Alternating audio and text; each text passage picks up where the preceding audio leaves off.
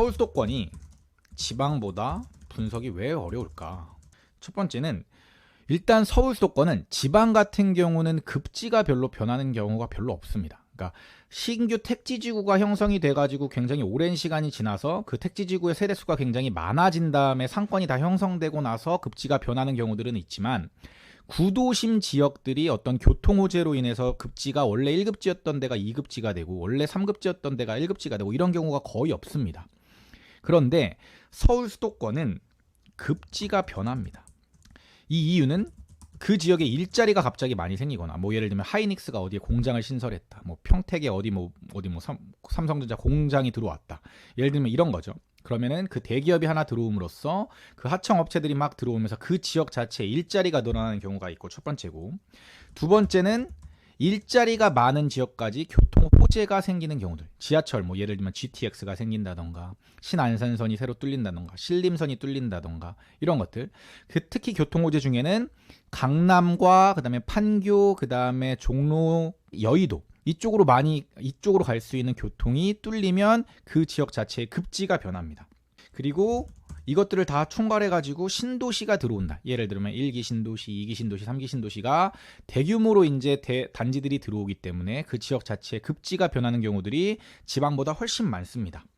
그래서 뭐 예를 들면 옛날부터 이제 예를 들면 옛날엔 판교가 그렇게 좋았던 지역이 아니죠. 근데 판교에 이제 테크노밸리가 형성이 되면서 그쪽에 이제 새로 IT 기업들이 그쪽에 다 들어갔죠. 뭐 카카오를 포함해가지고 그쪽에 다 들어갔기 때문에 판교 자체가 굉장히 좋아졌고, 평택도 마찬가지죠.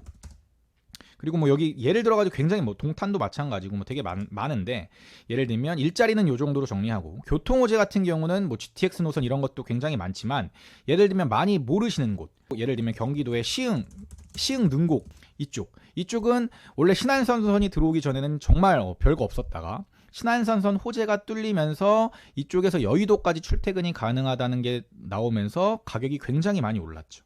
그리고 뭐 신도시 같은 경우도 인천에서도 굉장히 멀었는데 새롭게 이제 뭐 호수공원도 뚫리고 커널웨이 이런 거 뚫리면서, 예를 들면 청라 이런 데들이 굉장히 많다라는 거예요. 서울 수도권 내에서 지리적으로는 강남과 꽤 멀지 모르겠지만 교통 호재가 있거나 아니면 일자리가 발달해가지고 내가 그 지역에서 그냥 내가 일자리까지 가깝게 직주 근접이 가능하거나, 이런 지역들이 굉장히 많아서 등등등이라고 표현할게요.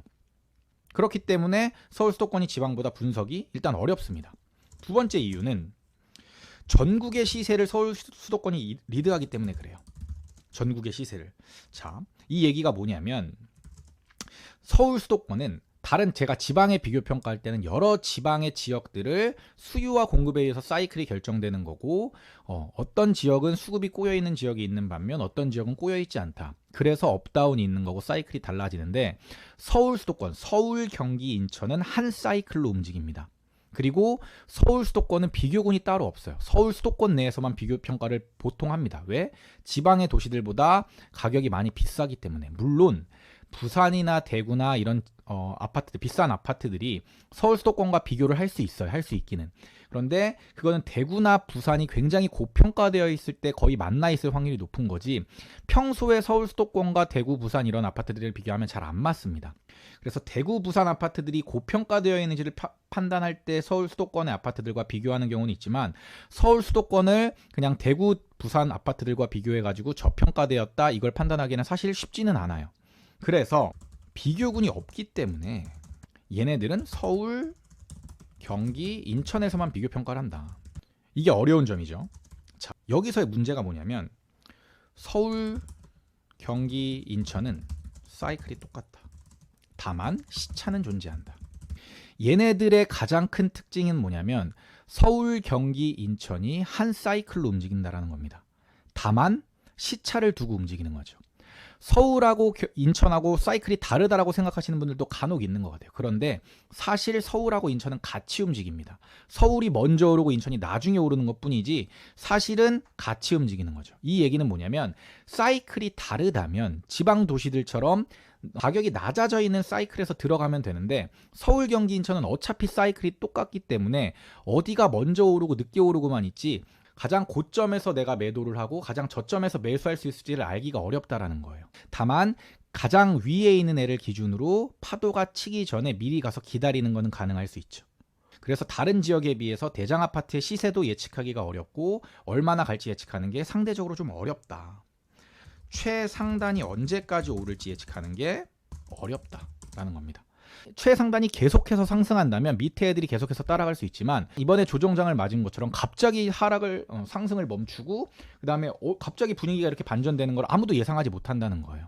다른 지역들 같은 경우는 너무 가격이 비싸지면은 사실 다른 지역에 비해서 고평가됐다 그러면 안 들어가면 되는데 서울 수도권은 시세를 리드해 가지고 가기 때문에 이 가격이 지금 거품이 낀 가격인지 아닌지를 그냥 감각적으로만 알 수 있어요. 그냥 좀 비싼 것 같은데?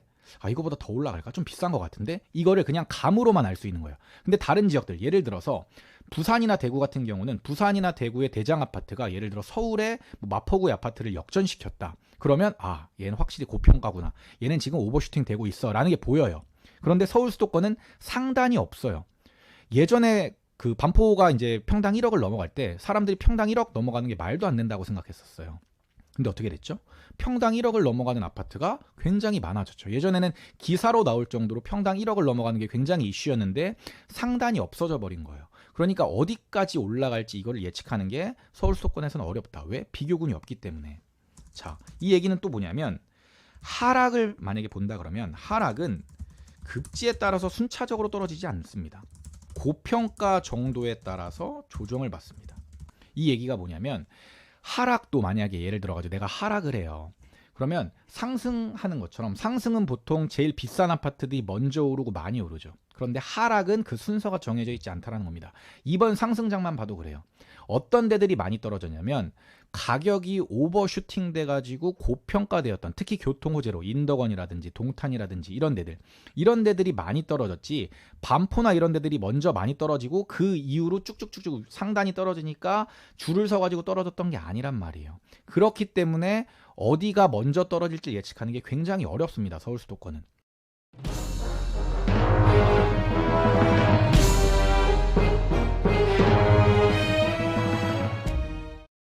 시크릿 브라더 채널을 구독, 좋아요, 알림 설정 부탁드려요.